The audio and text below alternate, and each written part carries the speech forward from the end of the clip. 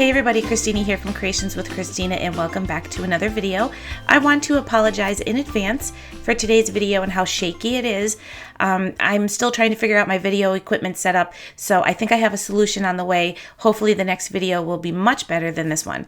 So we're going to start off by making a card today. I'm using the Sizzix Fold-A-Long Die.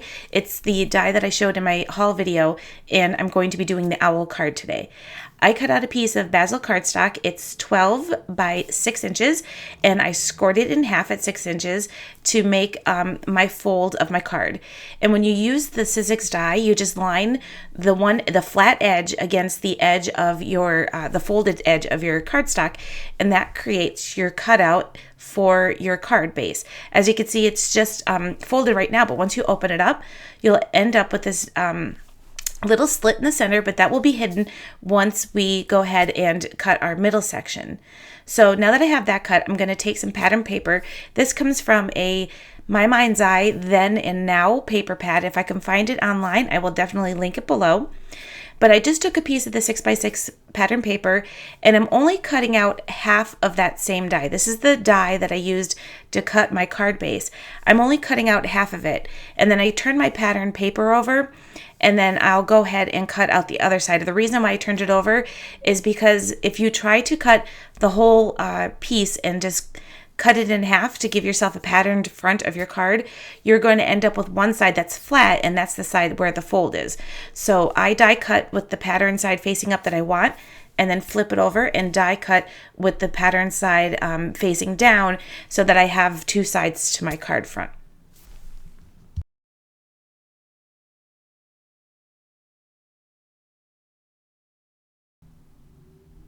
So once I have that, the owl part, the front part of my card, I'm going to go ahead and do the wings to my owl along with the headpiece. And I'm sorry, I don't know the right name for it, but I went ahead and die cut those out. And what I really like about this set is that there's all these little die cut areas within the pieces that you can either leave open like I do in my card, or you can also die cut it with maybe a solid cardstock and fill in those little pieces that are die cut out to create a contrast to your card. So once again, I'm flipping over my pattern paper so that I can get my shapes going in the right direction. So these are the especially the headpiece, because you want to make sure you have one for your left side and one for the right side of the owl. So I went ahead and die cut those.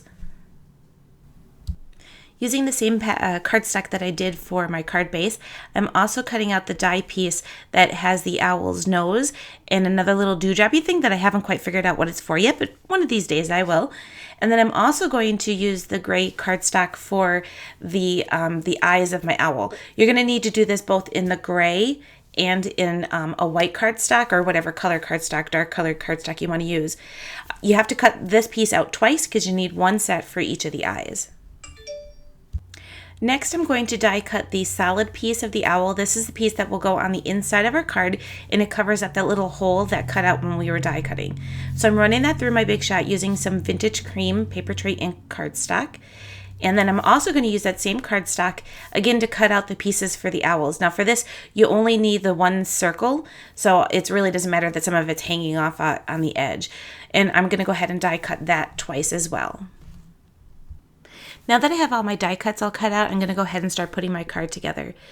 The die, when you cut the card base, does create marks on your cardstock that shows you where to score. So I'm just using my Score Buddy to create my score lines. And I will tell you that a thicker cardstock I found a little bit more difficult to fold back for this card, because you're taking your two outside pieces and then folding them in and then folding them back to create your owl shape. I will say that a thinner cardstock is a little bit easier. You can still do a thicker cardstock, and I have examples of those at the end. But I did find the thinner seemed to work much better. After I did all my folding, I added the little solid piece of that we cut out of the owl into the middle, and I will say that holds in there perfectly. You don't need to add any additional glue or adhesive, and it will stay right in there, and it's a great little place for doing your sentiment. And now what I'm doing is taking my pattern paper, and I kind of went between a tape runner and a glue so that if on the edges and I was trying to put my pieces together, I found it a little easier for me to have a little wiggle room. So I put my tape runner in the center and then went around most of the edges with my Tombow Mono adhesive, my liquid adhesive. So when I stuck on my 2 pieces that I cut out for my pattern sections, it fit easier and was easier for me to line up and slide together. So once I had those on, I just went ahead and took my scissors and trimmed the pattern paper to meet with the fold part of my card. I just love how this little card opens and closes. I think it's so cute. Anyway, after I got my front panels all attached, I went ahead and put my owl's wings on. And to do this, what I did was I wanted to add a little dimension to it. So I added some Tombow Mono to the top of the wing, and then added little pieces of foam adhesive to give that bottom part of the wing a little dimension by making it kind of flip up a little bit. So I used my 3M foam to create that little extra dimension, and then adhered that to the front of my card. And I also went ahead and did the other side of the owl as well. And the next thing I'm going to do is the little headpiece for this. I just went ahead and added my Tombow Mono and adhere that directly onto my card front. And my favorite little tool for doing these little types of things is my tweezers, and I can't live without those things. So I went ahead and did that piece, and then I also added the other side to my owl. And you can see how cute this owl is coming together, and I just love doing this in a pattern paper. You could do this as a solid cardstock, which means you just don't do the added layer of the pattern paper to it. You just create your card base and then add your different little elements like your wings and your eyes and so on. So I just love the pattern paper and how it adds that cute little touch to it. So I'm going to go ahead and put my little beak of my owl onto my card, and that just gets lined up right with the piece of pattern paper. You can kind of see where the little edges of that. If you wanted to, you can add some distress ink to kind of give it a little added dimension to that there as well. But I just found that using the solid cardstock really kind of helped make that pop out. So once I have the nose done, I'm going to go ahead and start putting my eyes together. I just love how this card's coming together. I love playing with shaped cards, and I just think this die set is just so cute and fun to play with. So I'm going to go ahead and start putting the owl's eyes together. I started with, remember we die cut 2 sets of each of these, and I started with the dark gray cardstock on the bottom, then layer the vintage cream, and then again with the dark gray cardstock to create the owl's eyes. And then go ahead and do that on the other side of the card. This just reminds me of my Cricut days back when I used to play with my Cricut all the time and making shaped cards. I just found this to be such a fun die set to play with. Now that I have the outside of my card done, I need to add my sentiment to the inside, and I decided to make this a little birthday card that I have it ready for the next person in my family that has a birthday.